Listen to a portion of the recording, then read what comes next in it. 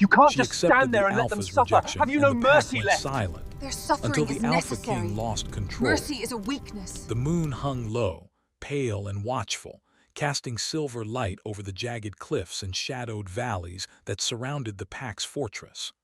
Lyra moved quietly along the winding path, her heart beating in rhythm with the distant roar of the wind.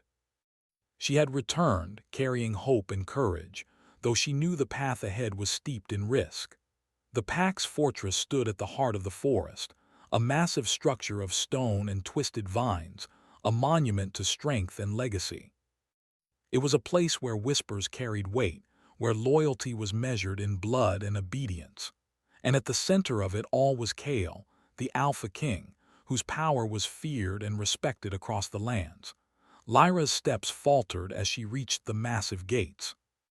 She had not come to challenge the Alpha, nor to demand a place among the pack by force. No, she had come with humility and resolve. Her long journey through the outer lands, facing dangers no ordinary wolf dared confront, had given her strength. But the strength she most needed now was not physical. It was the courage to stand before Kale and offer her heart, even if it meant facing rejection. Inside, the great hall was quiet, the air thick with anticipation. The pack members had sensed her approach, their eyes following her from shadowed corners. Even in her absence, she had been a presence they could not ignore. Now, returning, she carried the weight of unspoken words and fragile hope. Kale stood at the head of the hall, his posture rigid, his eyes cold and calculating. His dark hair fell across his forehead, partially hiding the scars that traced his jawline like the history of battles fought and survived. Lyra's heart stuttered at the sight of him, not from fear, but from a longing she could no longer deny. She bowed her head, the respectful gesture of a pack member acknowledging the Alpha's authority. "Alpha Kale," she said, her voice steady despite the tremor of emotion beneath. "I return to claim my place among the pack. I ask only for your judgment, not your mercy." The hall remained silent, the air thick with tension. The pack watched, knowing that the next words could shift the balance of power or break hearts in an instant. Kale's gaze met hers, and for a moment she thought she saw something flicker behind his eyes, something human, vulnerable, and painfully aware. "Lyra," he said, his voice low, almost a whisper against the stone walls. "You are brave, you are strong, but you do not belong here." "Not yet." The words hit her like winter lightning, not because they were unexpected, but because they carried the weight of finality. She had hoped, perhaps foolishly, that he would see her worth, her courage, her heart. And yet there it was, rejection, clear and undeniable. Lyra lowered her gaze, swallowing the pain that threatened to rise. She had learned long ago that survival often meant hiding one's heart, even from those who mattered most. "I understand, Alpha," she said softly. "I accept your judgment." Kale's jaw tightened. He wanted to reach for her, to tell her that his rejection was not born of disdain, but of fear. Fear of a curse that haunted his bloodline, a darkness that threatened anyone he drew close to. But he could not. His duty, his curse, and his pride formed a wall that even he could not breach. The pack went silent, a silence so heavy it pressed against the walls and floors, seeping into every corner of the fortress. Whispers of the curse, of the unspoken danger between the Alpha and Lyra, drifted through the hall like smoke. Even the strongest warriors lowered their eyes, sensing that something far greater than ordinary conflicts had stirred. Lyra turned to leave, her heart a storm of disappointment and quiet resolve. She would honor Kale's judgment.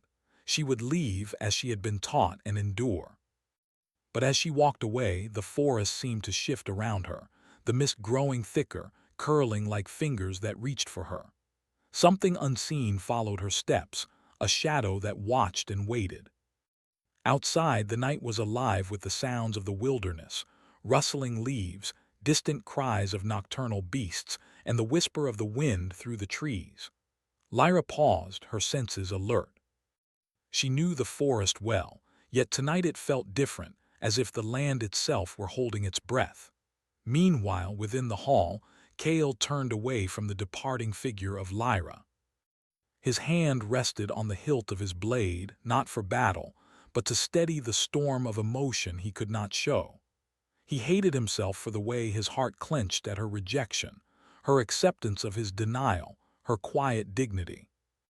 It was a reminder of everything he could not have, everything he could not protect her from. Hours passed, yet the weight of the silence lingered.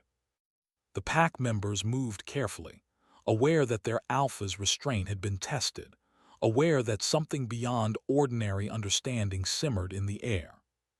The fortress, usually alive with echoes of laughter, arguments, and the hum of life, felt empty, hollowed out by the unspoken tension. Lyra, meanwhile, made her way to the edge of the forest. The moonlight painted her hair in shades of silver, and her eyes reflected both the pain of rejection and the spark of resilience. She would not let despair define her. She had faced death, exile, and storms greater than this.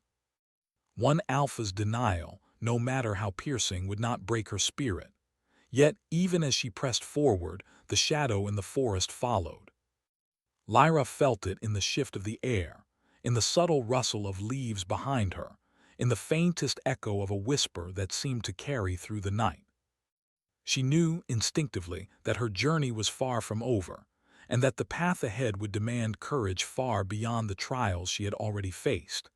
Back in the hall, Kale finally spoke, his voice a low rumble that seemed to vibrate through the stone walls. "Lyra," he said, though she could not hear him now, "if you walk away, know that the world outside is darker than you imagine. And He stopped, the words dying in his throat. Fear, regret, and longing warred within him, leaving him trembling in ways no battle had ever managed. The night deepened, shadows stretching across the land like a tide. Somewhere unseen, the forest shifted, a silent observer moving through the mist. Kale's curse, dormant and patient, stirred in response to the emotions that had been unleashed, as though the universe itself held its breath, watching the first act of a story yet to unfold. Lyra paused at a clearing, turning back to glance at the distant fortress, its towers barely visible through the swirling fog. Her heart ached, not for rejection alone, but for the complexity of emotions she could not yet name.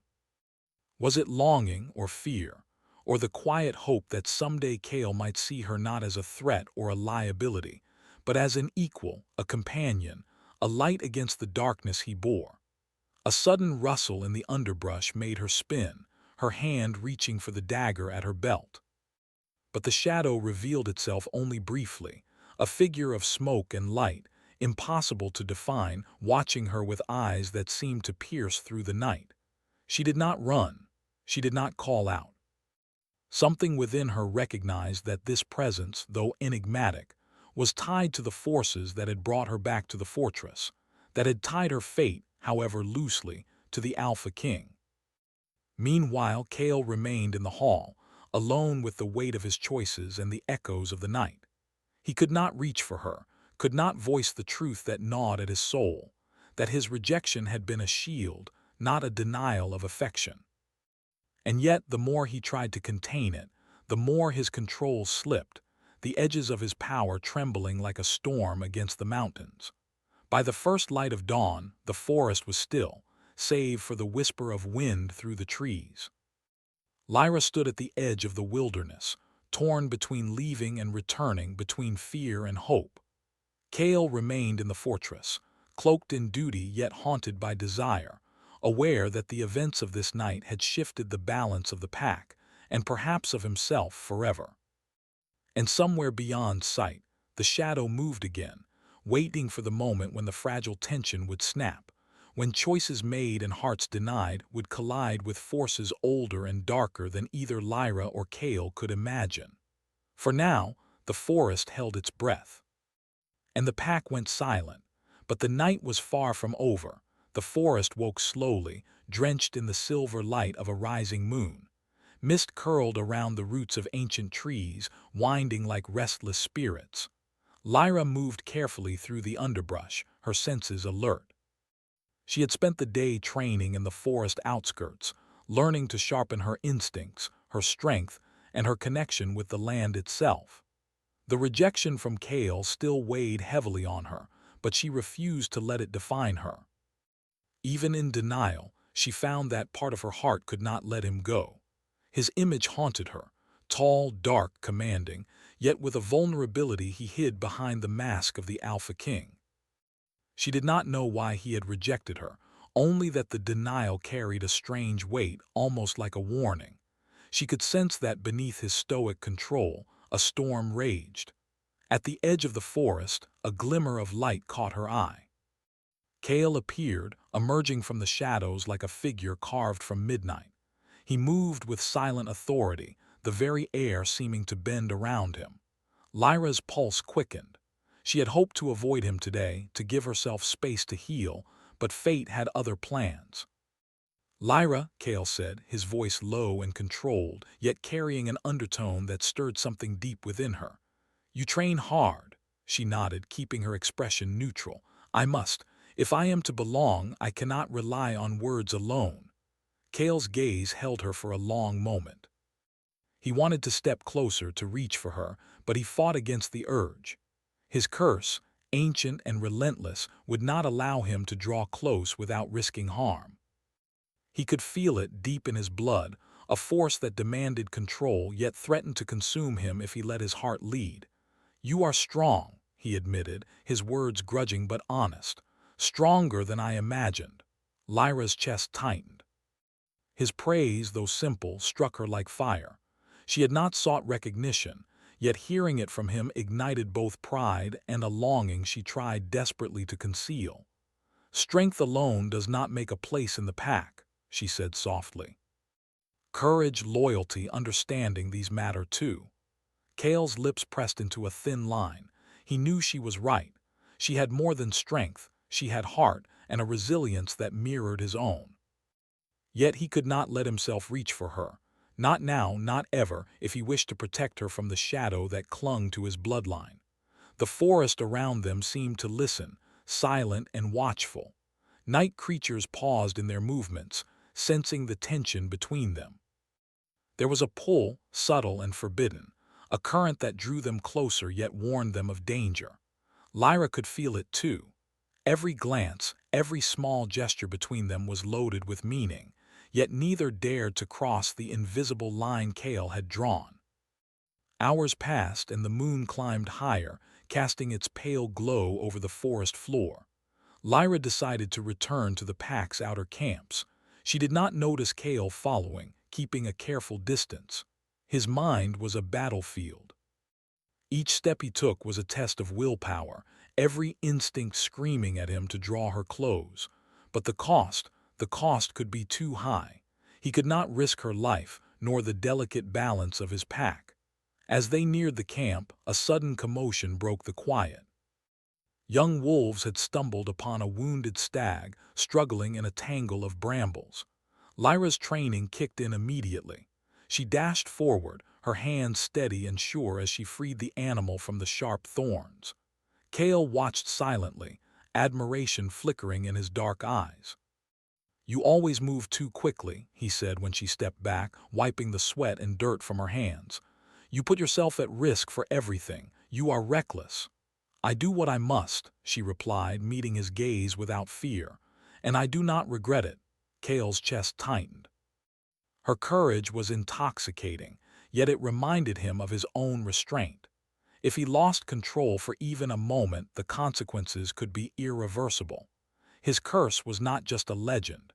It was a dangerous, living thing that responded to emotion.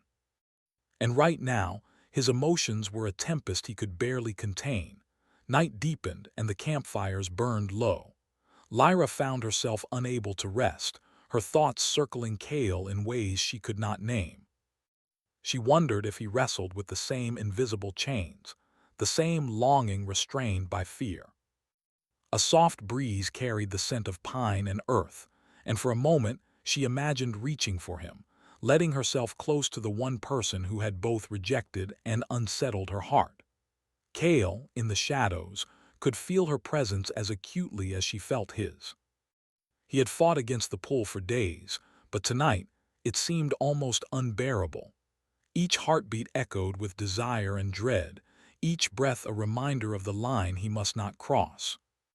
He wanted to tell her the truth about the curse, to explain that his rejection had been born of fear, not of disdain. But words alone could not carry the weight of what he feared most. The wind shifted, and a cold whisper moved through the trees. Something ancient stirred in the forest, responding to the tension between them. Lyra paused, sensing a presence she could not see. Kale tensed behind her, ready for any threat. Though neither spoke, an unspoken understanding passed between them. The forest held secrets, and those secrets were drawn to them. A sudden noise, a snap of a branch, made Lyra spin. Her hand went instinctively to the dagger at her belt, but there was nothing. Only the mist and shadows. Kale stepped out from the darkness, close enough that she could feel his warmth, yet far enough to maintain the boundary that had been forced upon them. "You feel it too," he said quietly. She nodded, her eyes wide. "Something is here, watching us." Kale's jaw tightened. He recognized the signs of supernatural interference. The forest was responding to the surge of emotions, to the forbidden pull between them. It was dangerous. He could not let it continue. Not with her here, not with the pack depending on him to remain in control. "Stay close," he said, and for once his voice carried more command than warning. "Do not wander alone." Lyra obeyed, though a part of her wished to move freely, to test the limits of her courage.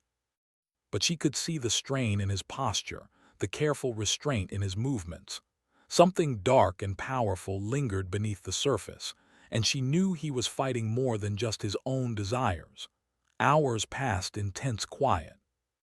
Kale led her through the forest to a hidden glade, a place where the moonlight spilled like silver onto the soft moss. He motioned for her to sit. She did, her eyes never leaving him, aware of the energy that seemed to thrum between them. "You should rest," he said, his voice softer now. "The forest is alive tonight. It responds to your presence and to mine." Lyra tilted her head. "Alive?" Kale's gaze darkened, troubled. "It is old, older than our pack, older than the mountains. It senses things it should not. And it does not forgive weakness." She studied him, trying to understand the weight behind his words. There was fear there, yes, but also a vulnerability he rarely showed. She wanted to comfort him, to assure him that she was not afraid, that she could endure anything by his side. But she remained silent. Words could not convey what she felt without risking the tension that hung between them like a thin thread ready to snap. For a long time they sat in silence, the only sounds the rustle of leaves and the distant call of a night bird. Lyra felt an ache, a yearning that she had not expected to surface again. And Kale, though he fought it with every ounce of self-control, felt the pull of her presence as keenly as the forest itself. Suddenly, the night air shifted violently. The wind roared, carrying a scent of something unfamiliar, something ancient and dangerous. Kale rose instantly, his body tensing like a coiled spring. He realized the forest itself was reacting to the surge of emotions, to the bond forming between them, even if neither wanted to admit it. "Lyra," he said sharply, taking her hand in his for the briefest moment. "You must trust me. Do not move from my side." She nodded, her heart hammering. There was trust there, fragile but growing, and yet also fear. She could feel the danger pressing against them, the unseen eyes of the forest that followed their every move. A shadow moved across the glade, swift and silent, and Kale's hand tightened around hers. Lyra's pulse raced, not just from fear, but from the closeness, the unspoken tension that neither dared to name. For the first time, Kale allowed himself to feel the pull fully, the longing that had haunted him since her return. But he could not act. Not yet. The curse, the pack, and the ancient forces in the forest demanded patience, control, and restraint. And as the moon climbed higher, casting silver light over the tense glade, Lyra realized that her journey was far from over. The Alpha King's rejection had not ended their story. It had merely begun a deeper, more dangerous chapter. The forest whispered, the night held its breath, and the pull between them grew stronger, drawing them toward a destiny neither fully understood. The forest seemed restless, alive in a way that unsettled even the most experienced pack members. Mist clung to the trees like lingering ghosts, curling through the branches, twisting around gnarled roots. Lyra moved carefully, her senses sharpened by the lessons Kale had taught her, and the nights she had spent alone surviving the wilderness. But even with her vigilance, she could feel a shift in the air, a tension so sharp it pricked her skin. Kale walked silently behind her, his dark eyes scanning every shadow. He had stayed close since the glade, unable to let her face the night's dangers alone. His heart beat with a mixture of fear and something far more dangerous, desire he could not act upon and guilt he could not escape. The pull between them had grown stronger, and he knew the forest felt it too. "You feel it," he said finally, his voice low, almost a growl. Lyra nodded, glancing back at him. "Yes, something is coming, I can sense it." Kale's jaw tightened. He had felt the same stirring in the wind, a presence that was neither beast nor human. His bloodline, his curse, and the ancient power in the forest all whispered warnings. He had trained to control it, but the pull of emotion, combined with Lyra's proximity, was making restraint nearly impossible. They reached a clearing where the moonlight spilled like silver onto the damp earth. At the center, a massive stag lay on the ground, its antlers twisted and broken. Its eyes glowed faintly with an unnatural light, and dark shadows seemed to writhe across its body. Lyra gasped. "It's cursed," she whispered. Kale crouched, eyes narrowing. "This is no ordinary curse. It's a warning or a trap." Before Lyra could respond, the stag stirred, rising unsteadily on trembling legs. Its movements were jerky, unnatural, as if an invisible force controlled it. Then it charged. Kale reacted instantly, his body a blur. He moved with the grace and precision of an alpha, deflecting the cursed stag with a swipe of his arm. Lyra stepped back, her dagger ready, her heart pounding as she realized the danger was far greater than either of them had anticipated. The stag crashed into the ground, throwing up dirt and leaves. Kale's control over the situation wavered. His powers, long restrained, began to surge uncontrollably, responding to the forest, the curse, and the emotions that tied him to Lyra. "Kale," Lyra shouted, stepping forward. "You must control it." He shook his head, a grim expression on his face. I can't. Not fully. The curse is stronger tonight," and his words cut off as the surge of power knocked him back, sending him stumbling across the clearing. Lyra's heart raced. She wanted to rush to him, to steady him, but she knew that the forest's forces would strike her too if she lost her focus. Instead, she called upon her own training, channeling calm and clarity as she moved between the cursed stag and Kale, guiding him back to balance. For a moment, everything froze. The wind stilled, the mist paused, and the stag's glowing eyes seemed to focus on Lyra alone. Then, with a roar that shook the trees, it charged again. Kale sprang forward, this time more focused, drawing on the raw power he usually kept locked away. Shadows coiled around him like living chains, and the cursed stag faltered, sensing his strength. With a powerful strike, Kale forced it to the ground once more. Lyra exhaled, relief mingling with fear. She had seen the alpha lose control before, but never so completely. She realized then the true weight of the curse he bore, not just the danger to others, but the torment he carried inside himself every day. Kale's chest heaved, his dark hair plastered with sweat and damp from the mist. He looked at Lyra, his eyes a storm of exhaustion, guilt, and something deeper, something he could no longer hide. "You risked too much," he said, his voice harsh but unsteady. This is why I rejected you. I cannot risk your life." Lyra stepped closer, undeterred. "I am not afraid, Kale. I do not regret coming here. I know what is at stake, and I will face it with you." The tension between them tightened, palpable and almost unbearable. Kale's hands twitched, wanting to reach for her, to pull her close, but he resisted. He could feel the curse, the ancient power in the forest, responding to his emotions. Every heartbeat brought them closer to danger. Every glance stoked the flames of desire he could not act upon. A sudden movement in the shadows drew their attention. From the forest edge, a figure emerged, shrouded in mist and dark robes, its presence radiating power. The Alpha stiffened. He recognized the energy immediately. It was tied to his bloodline, to the curse that had haunted generations before him.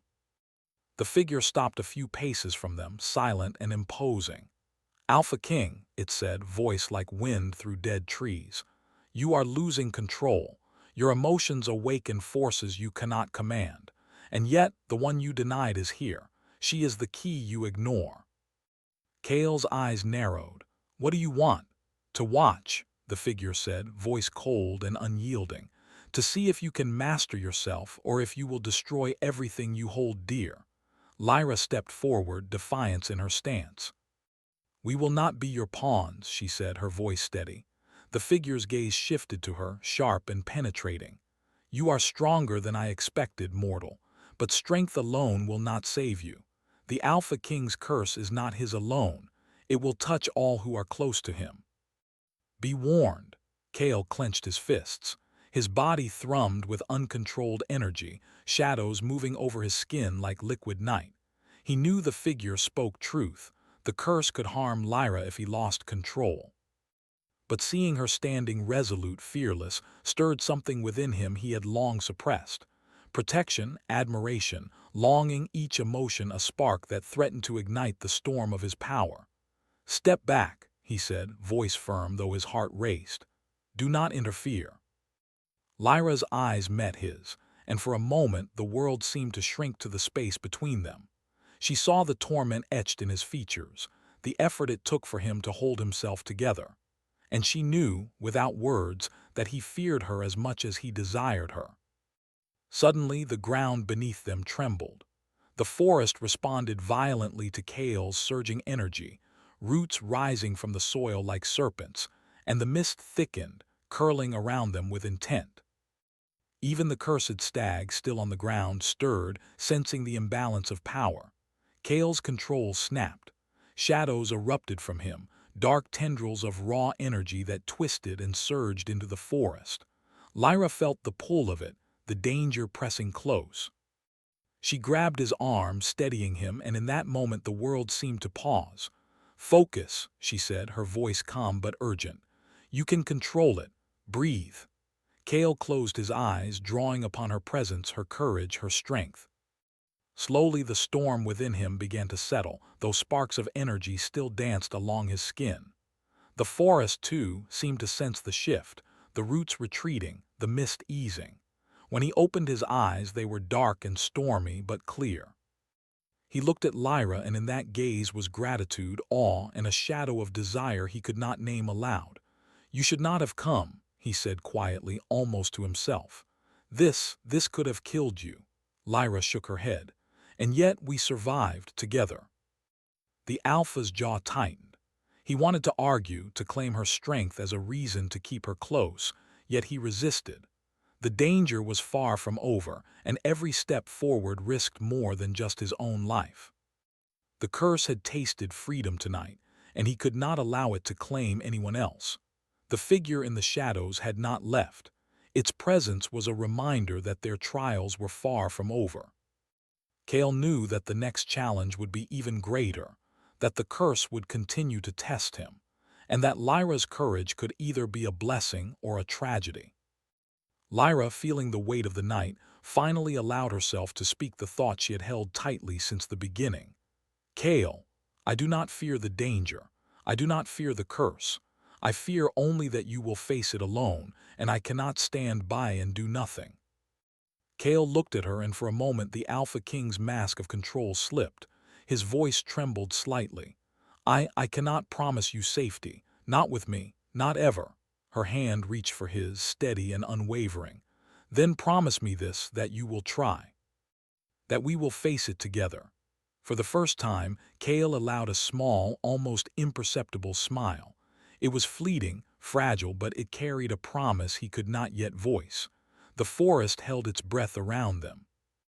The night had tested them, the curse had shown its power, and the bond between Alpha and Warrior had grown stronger. But both knew that this was only the beginning. The darkness had tasted the stirrings of desire and courage alike, and it would not wait quietly for the dawn. And somewhere in the shadows beyond the glade, the figure lingered, watching, knowing that the real reckoning had only just begun. The dawn broke slowly over the forest, painting the sky in pale gold and soft violet. Mist lingered like a memory, curling around the roots and stones of the pack's fortress.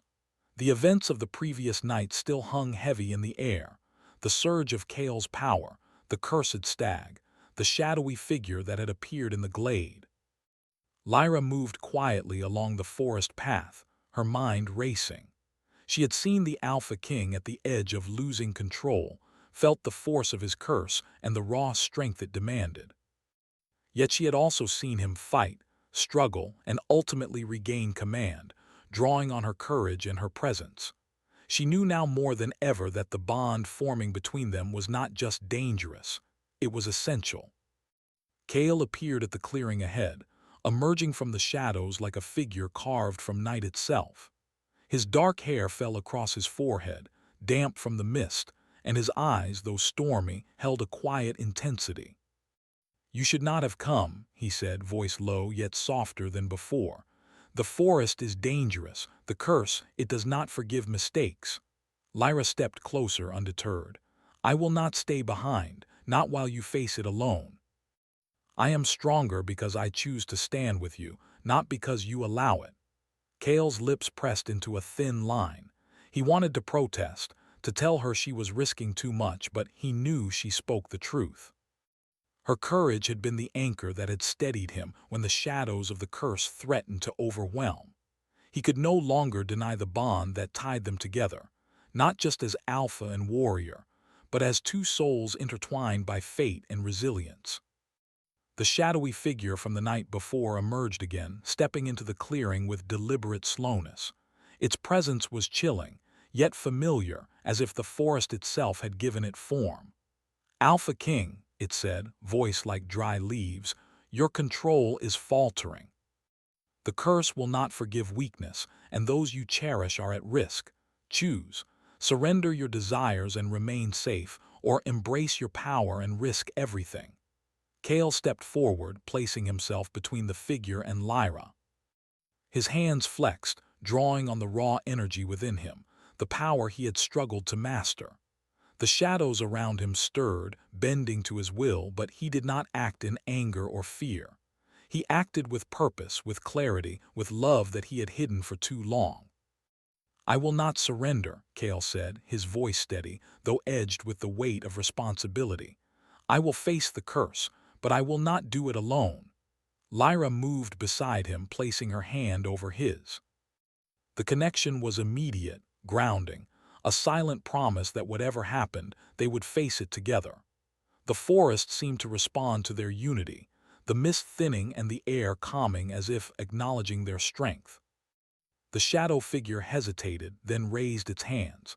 Dark energy surged from the ground, curling like serpents toward them.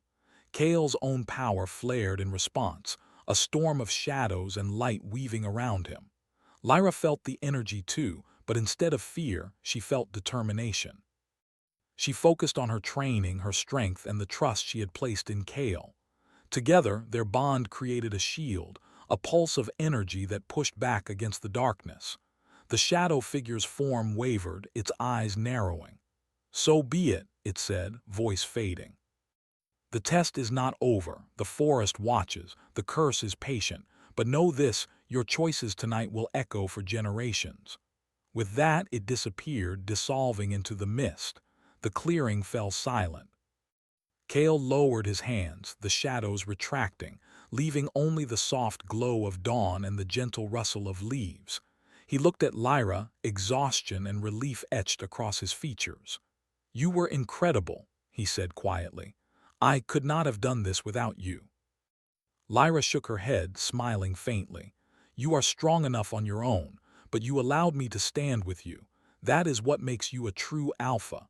Kale's hand lifted to brush a strand of hair from her face. The gesture was intimate, tender, and for a moment the weight of their struggles fell away, leaving only the truth they had long tried to deny. They were drawn to each other, not by duty or destiny alone, but by choice, by courage, by trust. The forest around them seemed to exhale, the tension dissolving into the morning light. Birds began to sing, and the wind carried the scent of pine and wet earth, a promise of renewal. Kale turned fully to Lyra, his stormy eyes meeting hers. "I cannot promise that the curse is gone," he said. "It may return. The forest may test us again, but I can promise you this: I will fight it, and I will fight for you, together." Lyra nodded, her heart full. "Then I will fight with you. Whatever comes, I am yours to stand beside." Their hands intertwined, and in that moment the Alpha King and the warrior were no longer two figures bound by fear and duty. They were partners, equals, a force that the forest itself seemed to acknowledge. The bond they shared had been forged in danger, tempered by courage and solidified by trust. Days passed, and the pack began to stir once more. Whispers of the previous night's events traveled through the fortress, but there was no fear, only respect. Lyra's bravery and Kale's mastery of his power had proven their worth not just to the pack, but to themselves. The silent tension that had once gripped the halls of the fortress now gave way to quiet admiration and renewed loyalty. Kale stood on the highest tower of the fortress, looking over the land he had sworn to protect. The sun climbed higher, casting golden light over the valleys and forests, illuminating the paths they had walked, the battles they had faced, and the victories they had earned. Lyra approached quietly, her presence calm but commanding. "You are thinking too much," she said, her voice teasing yet warm. Kale's lips curved into a small smile. "Perhaps, but some things deserve thought. Some things need careful planning." Lyra joined him at the edge of the tower, their shoulders touching lightly. "And some things cannot be planned," she said, "like trust, like courage, like love." Kale's hand found hers again, a silent acknowledgement of everything they had endured. "Then we will face the future as we have faced the past, together." The wind blew through the towers and towers of the fortress, carrying away the last traces of the night's shadows. The forest, though still ancient and mysterious, seemed calmer, as if granting its approval. The curse that had threatened to tear them apart had tested their limits, but it had also revealed the strength of their hearts and the power of their bond. That evening, under the soft glow of the moon, Kale and Lyra walked through the forest once more. There was no shadow figure, no cursed creature, only the quiet rhythm of life and the soft whisper of leaves. They moved with purpose, aware of the dangers that could still arise, but confident in the strength they had discovered in each other. "You have changed the pack," Kale said quietly, his voice carrying pride. "They look at you differently now. Even I see you differently." Lyra smiled, a gentle warmth in her eyes. "Perhaps we see each other more clearly now. No masks, no walls, only truth." Kale nodded, his gaze lingering on her face. "Only truth," he repeated, as if speaking the words aloud made them real. As they reached a high cliff overlooking the forest, the moonlight catching in their eyes, they stood together in silence. The world stretched before them, vast and uncertain but no longer frightening. They had faced the darkness, endured the curse, and emerged stronger.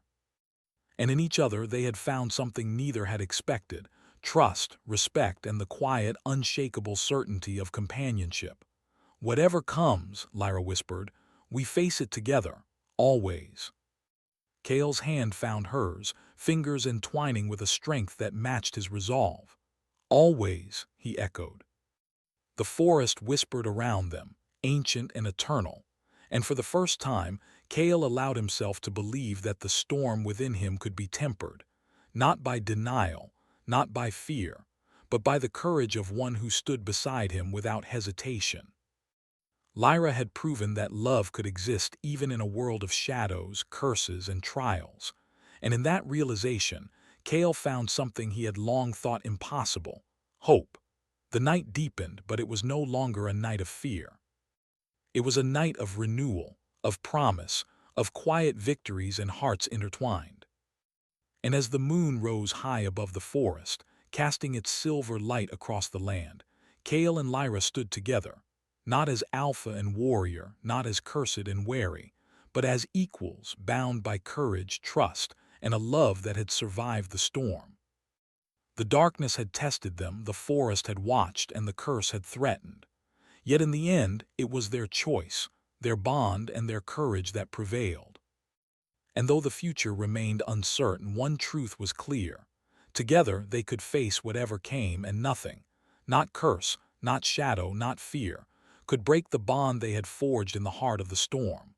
The wind whispered through the trees, carrying the promise of dawn. And the Alpha King, once solitary and burdened, now stood with the warrior who had refused to leave his side, ready to face the world together. The pack would no longer be silent, and the forest, ancient and eternal, would remember this night forever.